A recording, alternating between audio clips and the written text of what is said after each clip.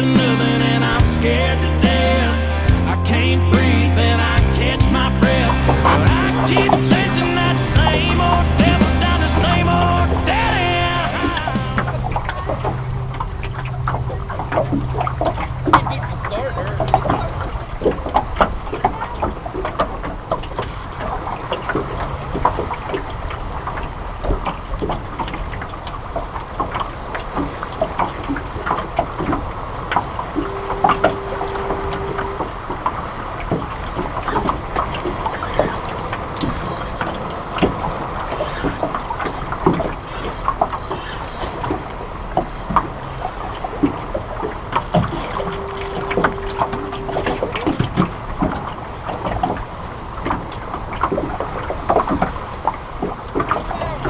I found one.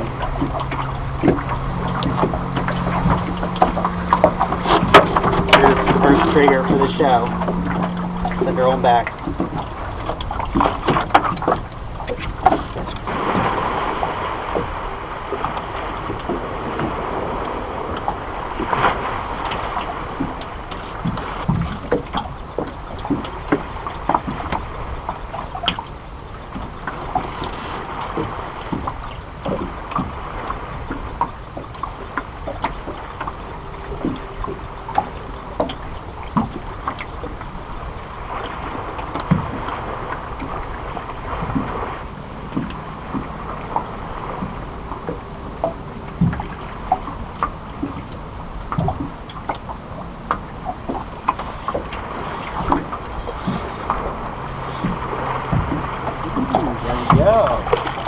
Yeah.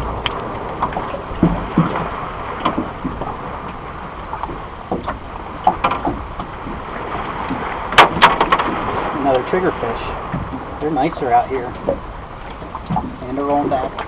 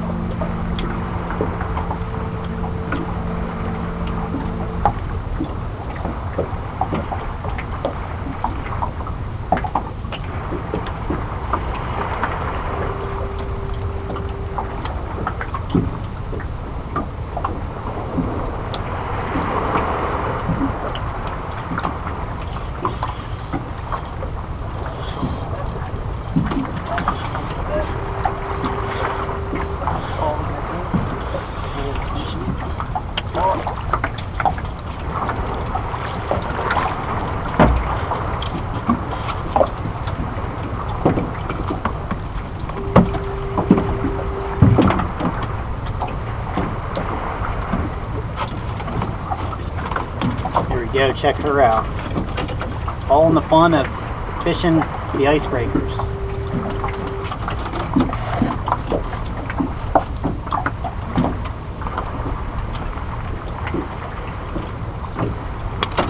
Oh. Here we go.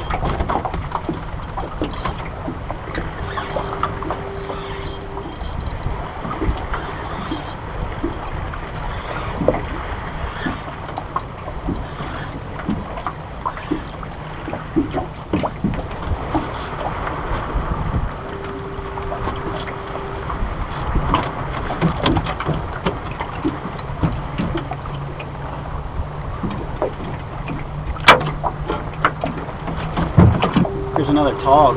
been the Tog and Trigger Show today.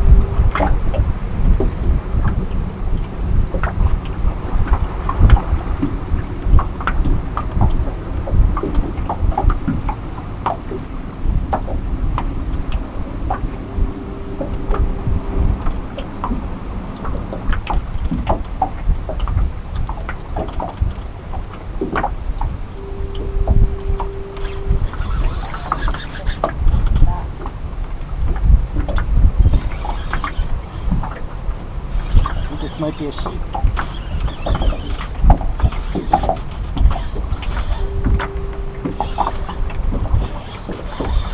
Oh, really?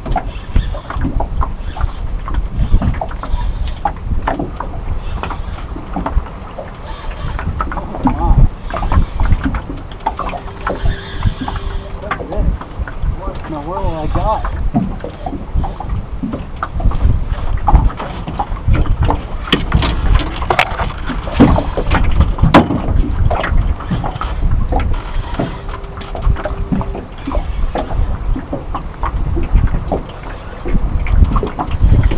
Gonna be a big sheep's head or a puppy drum or something. Yeah, it's a big sheep. The size of her.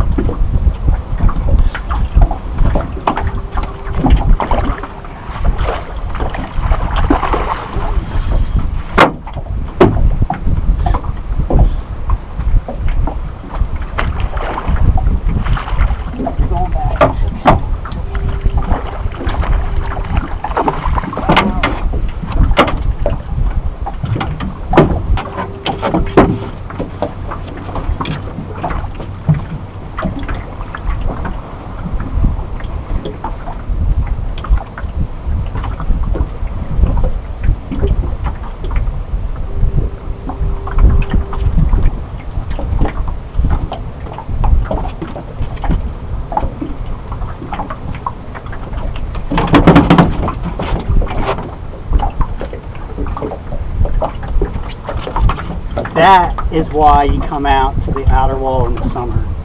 We'll get a weight on her, and yeah, I'm gonna say she's in the almost double digits, somewhere in there.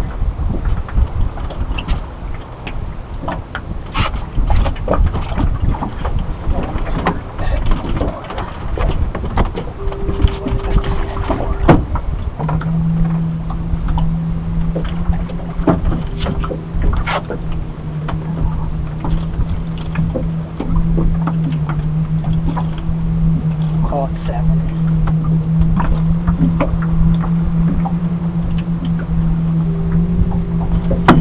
7 pounds. 7 pounds.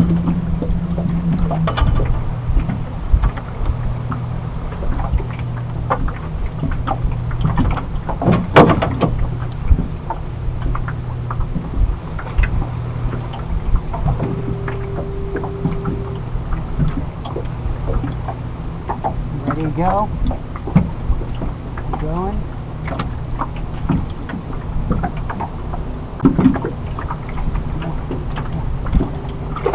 There you go. Yes. That's going away. Almost.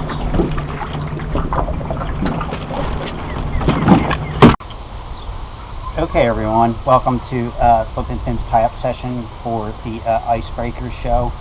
I'm going to go over some the gear, where I was fishing and how I was fishing it, and the bait.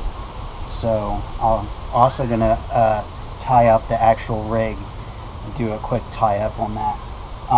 So I'll jump into the the gear first. So this is the 7.6 Tsunami medium heavy action rod and a Penn Battle 4000 with 20-pound braid, and then my leader is 30-pound mono.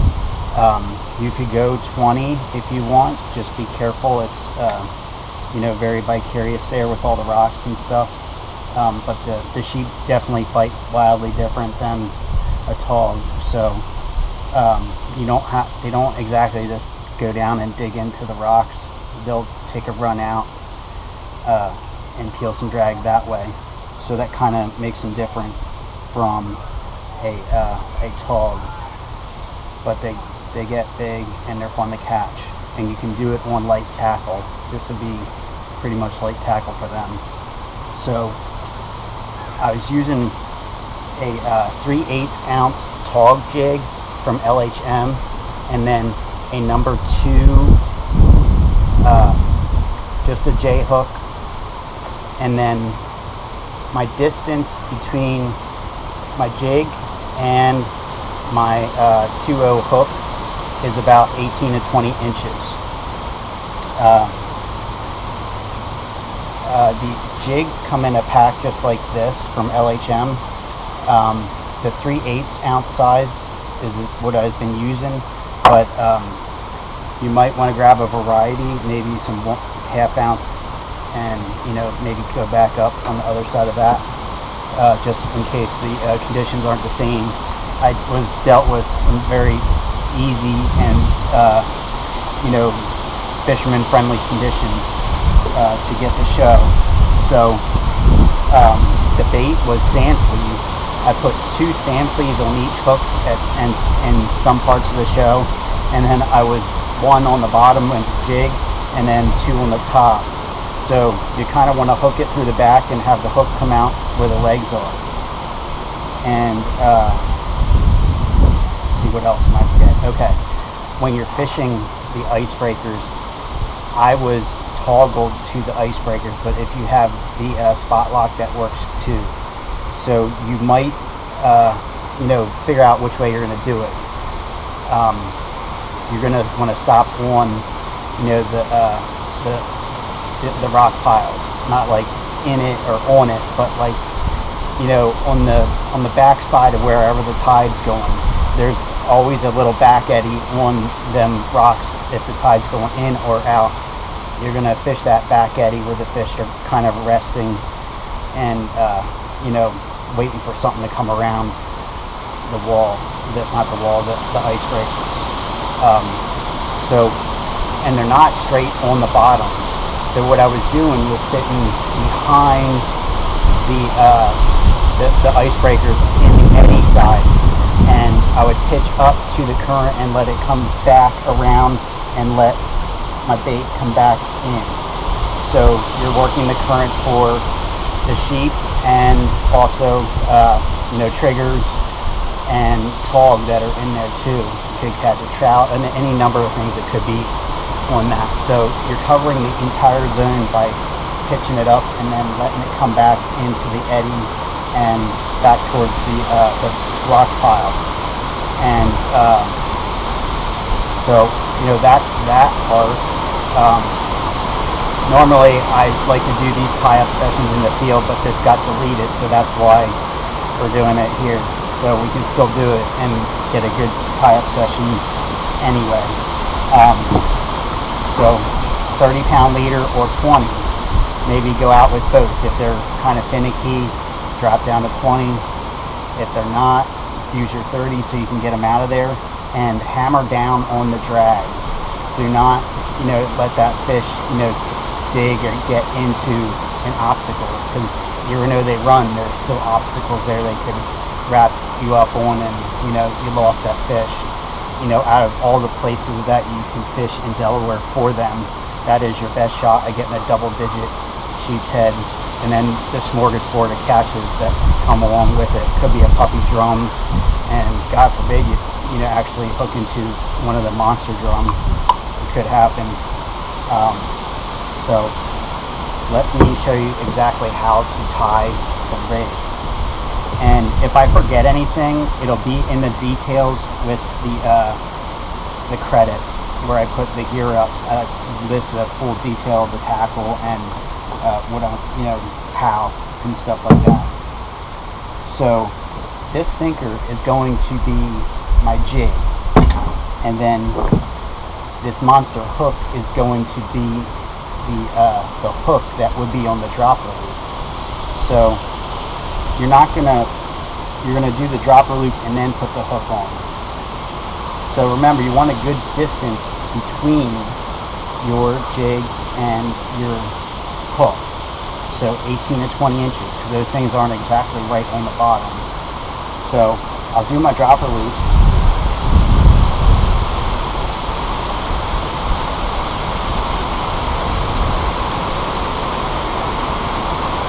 I'm doing that first so I can judge a little bit better how to put my jig at the bottom.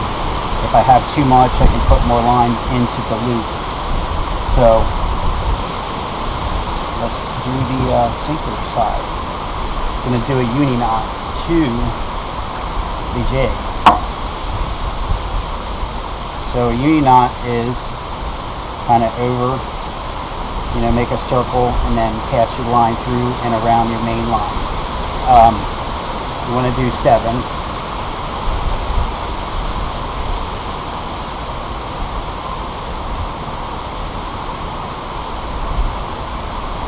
Okay, so once you have them all tied up and ready to go, you're going to tighten it up.